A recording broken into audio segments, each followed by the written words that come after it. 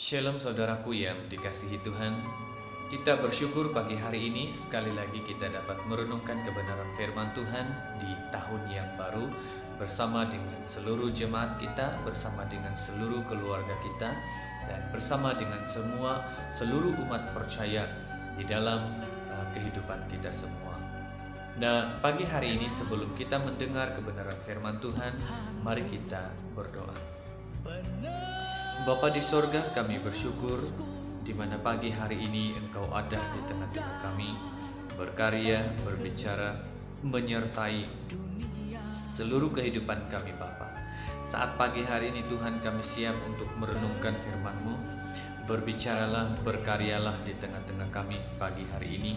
Kami siap untuk dibentuk oleh Allah di tahun yang baru, di tahun 2021 ini.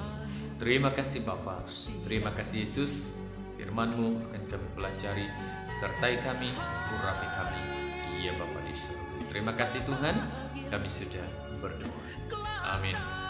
Nah, pagi hari ini saya senang sekali mengajak kita melihat kebenaran firman Tuhan di dalam 1 Samuel 7 ayat yang ketiga sampai kepada ayat yang ke-12. Di dalam ayat firman Tuhan ini kita dapat melihat satu tema firman Tuhan yang cukup sederhana, yaitu jangan menoleh ke belakang.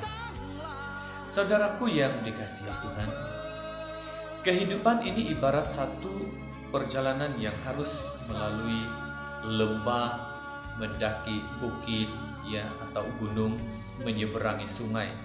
Kadang-kadang jalannya lurus kadang-kadang berliku, bahkan ada kerikil, bahkan berbatu di mana kita dapat jatuh, tersandung, dan ada kalanya babak belur. Ada saat tertentu kita berhenti untuk berehat. Di saat ini biasanya kita akan mengevaluasi keadaan kita dengan mempelajari peta di mana kita dapat berada, berapa jauh jarak yang harus kita tempuh, dan sudah berapa jauh kita berjalan. Samuel ketika menjabat sebagai hakim untuk bangsa Israel, dia mengadakan perjalanan bukan satu perjalanan rekreasi, mempertahankan kedaulatan Israel terhadap serangan orang Palestina.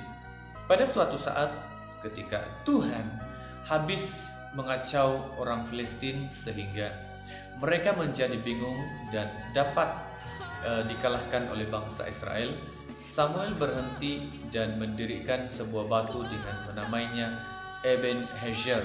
Artinya, sampai di sini Tuhan menolong kita. 1 Samuel 7 ayat yang ke-12. Saat pergantian tahun adalah satu peristiwa dalam kehidupan kita, di mana kita mengevaluasi hidup kita. Saat demikian,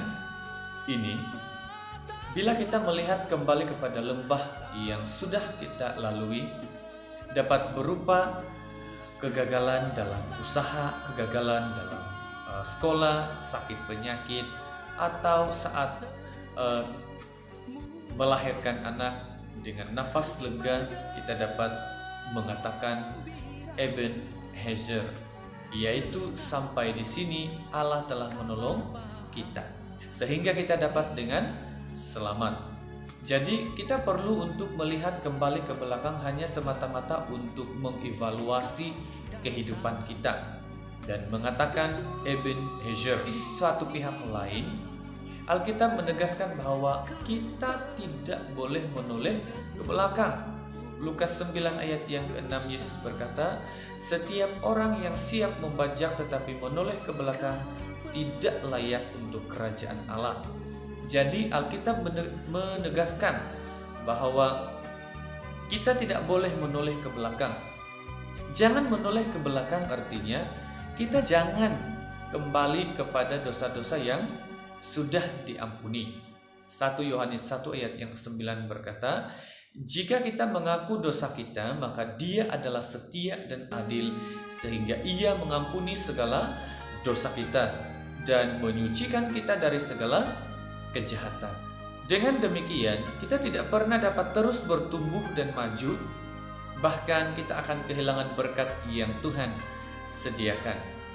Banyak orang yang tidak mau melayani karena masih merasa hidup mereka masih berdosa. Ada yang mengatakan, aku masih bohong, aku masih merokok, aku masih suka marah-marah, atau aku masih terikat ini dan itu. Seharusnya adalah tentangan untuk kita dengan melayani. Kita dipaksa untuk berubah di dalam kehidupan kita.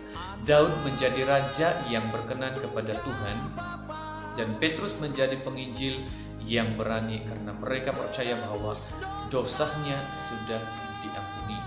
Yang kedua, jangan menoleh kepada kegagalan yang lalu sehingga membuat kita merasa orang yang gagal.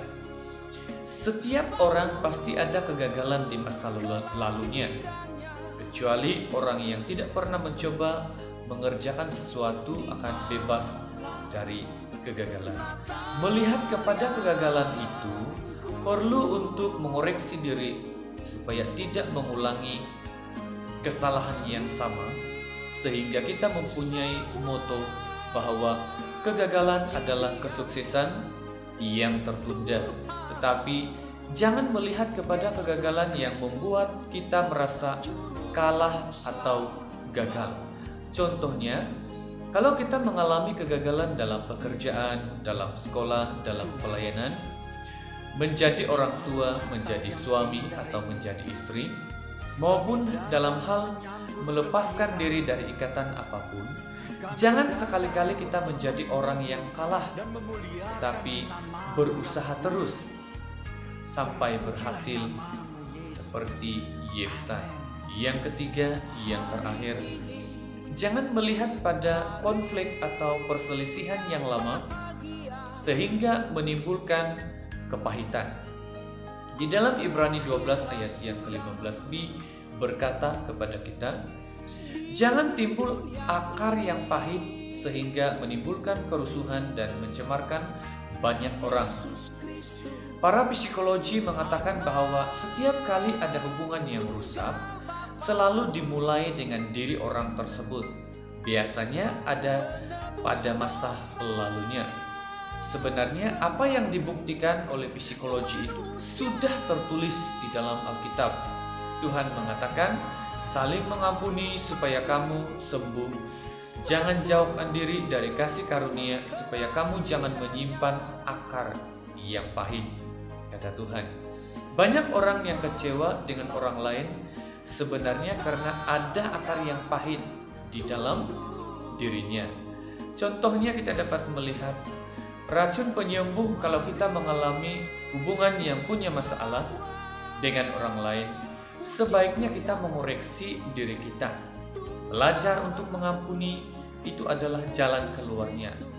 Banyak suami atau istri mengalami masalah dalam pernikahan karena ada masa lalu yang belum diselesaikan, baik itu masalah dengan orang ketiga maupun masalah dengan orang tuanya.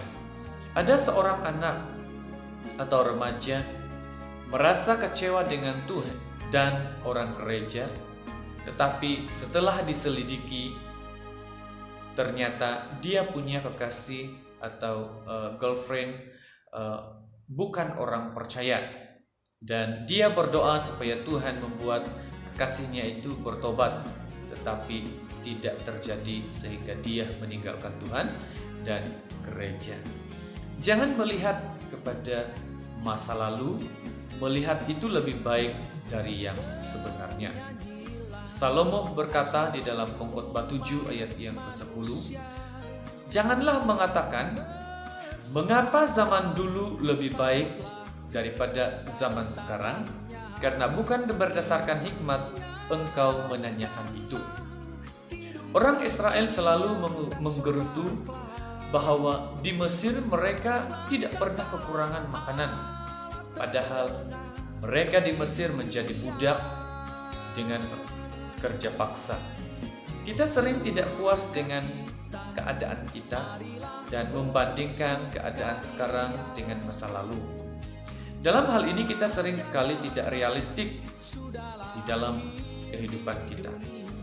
Kita melihat Yusuf, Sadrak, Meshak, dan Abednego yang selalu melihat ke depan di dalam kehidupan mereka. Jadi saudaraku yang dikasihi Tuhan, jangan kita menoleh ke belakang dan kita percaya bahwa Tuhan selalu menyertai kita. Firman Tuhan berkata, Ebenezer dalam masa pergantian tahun seperti ini, di mana walaupun kita di tahun 2020 ini mengalami COVID-19, tetapi kita percaya bahwa Tuhan menyertai kita. Memandang tahun depan, tahun yang baru ini membuat kita merasa tidak pasti, sehingga menjadi takut, khawatir, dan cemas. Kita datang kepada Tuhan untuk memberikan kepastian akan nasibnya. Saudaraku yang dikasihi Tuhan, kita bersyukur karena kita diberi kesempatan untuk melangkah di tahun yang baru, di tahun 2020 ini.